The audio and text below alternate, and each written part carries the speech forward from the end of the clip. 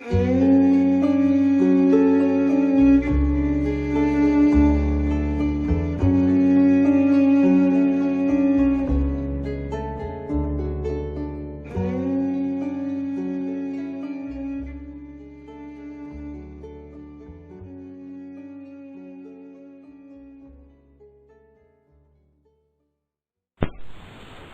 la continuité de l'audio L'abandon.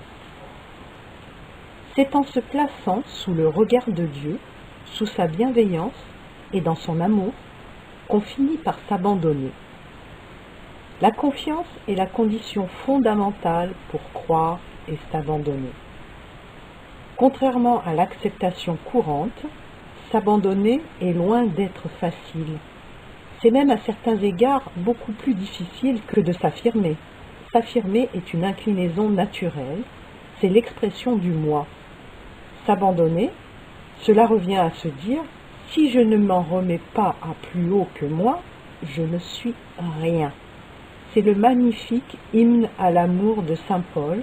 « Si je n'ai pas l'amour, je ne suis rien. Si je ne compte que sur ma volonté ou que sur mes forces, à terme, je suis perdu. » C'est en comptant sur les autres, c'est en comptant sur Dieu, et il n'est pas incongru d'aborder la foi et l'amour de manière simultanée, que l'on passe de quelque chose à quelqu'un. Seuls, la foi et l'amour peuvent nous donner la plénitude, et tous deux, foi et amour, exigent pour se manifester le bienheureux abandon. Il exige qu'on s'abstienne de dire à tout bout de champ « je veux ceci, je décide cela », mais plutôt qu'on réforme son attitude à l'égard des autres et des événements. Je vais donner le meilleur de moi-même pour être tout à fait digne de la personne aimée ou pour répondre valablement aux circonstances qui m'appellent. Qu'il me soit fait selon ta parole. Il faut ici émettre plusieurs réserves, car tout n'est pas si simple dans l'abandon. Il y a un risque. La confiance, tout comme l'abandon, doit s'exercer avec vigilance. La confiance doit être passée à l'épreuve du discernement. Combien de sectes ou de philosophies douteuses, soucieuses d'assurer leur mainmise sur des âmes en quête, insistent auprès de leurs adeptes sur l'importance du lâcher-prise. C'est le sombre dessein des tyrans de gouverner les consciences en neutralisant les volontés individuelles et en faisant lâcher prise aux récalcitrants. Il est des moments dans la vie où le lâcher-prise n'est pas de mise, où il faut s'accrocher. Le lâcher-prise ne doit jamais être une mollesse du comportement, une paresse du discernement ou une lassitude de l'esprit. Il exige que nous ayons d'abord l'esprit bandé comme un arc. Ce n'est pas parce que nous militons pour une civilisation de l'amour que nous devons tomber amoureux à chaque coin de rue. Ce n'est pas parce que nous croyons à la force de l'abandon que nous devons nous laisser faire à tout bout de champ. Sans discernement, point de salut. Autant dire que la notion d'abandon est à la fois fondamentale et dangereuse. Nous pouvons par exemple être incités à nous abandonner à quelqu'un dont la source n'est pas fiable. Il faut s'assurer de la pureté de la source. Attention aux manœuvres subtiles qui tendent à anesthésier les volontés ou à manipuler les consciences. L'abandon n'a de sens que dans la confiance, et la confiance doit être éprouvée. Si vous vous aventurez en montagne, je prends cette image pour illustrer le beau risque de croire au point d'y engager sa vie, et si vous êtes dans une cordée sur une paroi rocheuse particulièrement vertigineuse, il est évident que pour vous sentir en confiance, il vous faudra vous en remettre aux compétences du chef de cordée. Si celui-ci est un charlatan qui ne connaît rien à la montagne tout en prétendant être familier des altitudes, vous comprendrez vite que vous n'atteindrez jamais le sommet et que l'expédition est trop aléatoire. Maintenant, si vous sentez que vous pouvez remettre votre vie entre les mains du chef de cordée parce qu'il est celui qui sait, alors il ne faut pas hésiter. Et si Dieu est ce chef de cordée, eh bien, vous grimperez tout simplement jusqu'aux plus somptueuses altitudes. Si cette notion de confiance s'accorde si bien à la foi et à l'amour, c'est que foi et amour sont deux termes presque interchangeables. On ne peut pas croire sans aimer, et on ne peut pas aimer sans croire. Au fond, il y a dans l'amour et dans la foi l'occasion d'exprimer des sentiments très proches, se sentir dépassé, s'effacer pour souligner la présence de l'autre, être brûlé par un feu intérieur, pressentir dans le tressaillement de l'être un surcroît de vie. Quand on aime, quand on croit, on vit plus intensément, c'est-à-dire davantage. Quand on aime, quand on croit, on n'a pas besoin de preuves, c'est notre intime conscience qui s'exprime, c'est notre cœur qui vibre. Quand on aime, quand on croit, on est dans la toute confiance, on s'abandonne à une force qui nous dépasse, cette force même qui donne à notre vie une dimension nouvelle. Pour signifier cette alliance de la foi et de l'amour, j'aimerais vous donner une image. Vous vous souvenez certainement de ce film qui a eu, voici quelques années, une audience record, Titanic. J'aimerais aborder un passage du film que les critiques n'ont nullement commenté. Ce n'est certes pas le plus spectaculaire, mais il contient pourtant une moralité qui trouve un sens spirituel inattendu. Souvenez-vous, la jeune femme rejoint le jeune homme à la proue du navire. Dans l'or du couchant, il lui dit « Fermez les yeux, accrochez-vous au garde-fou, montez sur la balustrade, vous avez confiance en moi. Gardez les yeux fermés. » Et elle exécute ce qu'il lui demande, au bord du vide, face au grand large, en toute confiance, bravant tous les dangers, sans savoir ce qu'il se passe, sans savoir ce qui l'attend, sans savoir jusqu'où il ira et ce qu'il lui demandera. Et que lui demande-t-il au fond, ce jeune homme? Il lui demande ce que tous les amoureux du monde se demandent mutuellement dans la quête d'absolu. M'aimes-tu vraiment? Es-tu prêt à me suivre jusqu'au bout du monde, jusqu'au bout de l'amour, jusqu'à donner ta vie pour moi? Et dans le film, le jeune homme ouvre grand les bras de la jeune femme, elle a les bras en croix, face au vent, face à l'océan, face à l'infini de l'amour, et, derrière elle, le jeune homme annonce à la manière d'une récompense « Ouvrez les yeux maintenant ».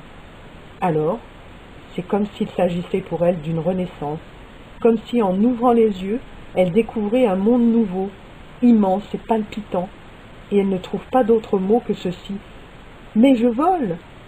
Et elle est comme délivrée de la pesanteur, comme transportée. C'est à ce moment-là que les deux jeunes gens échangent leur premier baiser.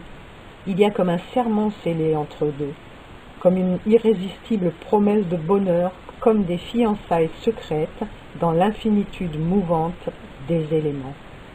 On peut voir dans cette scène une allégorie mystique très profonde, un véritable trait d'union entre l'amour et la foi. Transposons la scène un instant. Dieu nous propose d'aller jusqu'au bord du vide, jusqu'au vertige, de lui faire une confiance totale, inconditionnelle, absolue, jusqu'à nous livrer corps et âme à sa volonté, à son dessein. Et il demande pareillement, m'aimes-tu vraiment? Es-tu prêt à me suivre jusqu'au bout du monde, jusqu'au bout de l'amour, jusqu'à donner ta vie pour moi? Il ne nous demande rien d'autre que de sceller l'anneau d'or des fiançailles éternelles. Il nous demande la force de l'abandon. Nous voyons bien à travers cette scène qui illustre l'éternité des questions essentielles, de l'amour, de la foi et de jusqu'où aller trop loin, nous voyons bien à quel point nous sommes capables d'effacement pour peu que nous nous sentions aimés et aimants, à quel point nous sommes capables de nous perdre dans l'amour pour mieux nous retrouver. Et c'est en remontant à la source, après encore une fois s'être assuré de sa pureté, que notre vie est inondée par la lumière de la vérité. Dans le domaine de la foi, on pourrait dire que cet amour dans l'effacement n'est rien d'autre qu'oblation. C'est le fameux « il n'est pas de plus grand amour que de donner sa vie pour ceux qu'on aime » de Saint Jean. Nous nous effaçons pour mieux renaître. Nous rejoignons ainsi la merveilleuse image évoquée par Hölderlin et qu'il est tentant de paraphraser de la sorte, l'homme crée les conditions de son accomplissement comme la mer crée les continents en se retirant. Méditez longtemps le paradoxe qui y est contenu. C'est grandir dans la confiance en les forces de l'esprit. Et c'est aussi donner à notre vie un sens spirituel inattendu et extraordinairement bénéfique. Quelques réflexions à méditer. La psychologie moderne a beaucoup à apprendre de ce que les religions enseignent depuis des millénaires, que le renoncement au moi mène à la découverte de l'âme. Mère Teresa. L'âme est un champ enseveli par la grâce. Ce qui est exigé de vous, c'est la volonté de ne pas étouffer la moisson surnaturelle qui commence à lever en vous. André Charlier. Dans la vie, il n'y a pas de solution. Il y a des forces en marche. Il faut les créer et les solutions suivent. Saint-Exupéry. Il arrive que les grandes décisions ne se prennent pas, mais se forment d'elles-mêmes. Henri Bosco. Ne demande pas que les événements arrivent comme tu veux, mais contente-toi de les vouloir comme ils arrivent, et tu couleras une vie heureuse. Épictète. Faites votre devoir et laissez faire aux dieux. Corneille. Quelques questionnements. Sommes-nous porteurs de réussite ou plutôt catalyseurs d'événements favorables? Dans une situation où rien n'est joué et où tout peut advenir, quelle est à vos yeux la ressource la plus précieuse? La disponibilité ou l'obstination? Choisissons-nous les événements de notre vie ou bien peut-on dire que ce sont les événements qui nous choisissent? Le philosophe allemand faisait la distinction entre l'avenir qui se fait et l'avenir qu'on fait. Sommes-nous à l'image du marcheur doué de la faculté de vouloir, d'avancer et de choisir sa direction, ou à l'image du barreur qui est pris dans le courant et dont la seule responsabilité consiste à maintenir le cap de son embarcation? Ce qui n'est pas, c'est ce qui ne pouvait pas être. André Gide. Face à une situation désirée, finalement manquée, vous arrive-t-il de vous demander sur le moment, ou bien plus tard, et s'il était dit que cela ne devait pas se faire? L'homme est-il fait pour prendre des décisions, ou plutôt pour répondre à des appels intérieurs? De quoi la destinée se compose-t-elle de manière majeure? De la somme des choix que nous faisons, ou de la somme des imprévus auxquels nous sommes confrontés?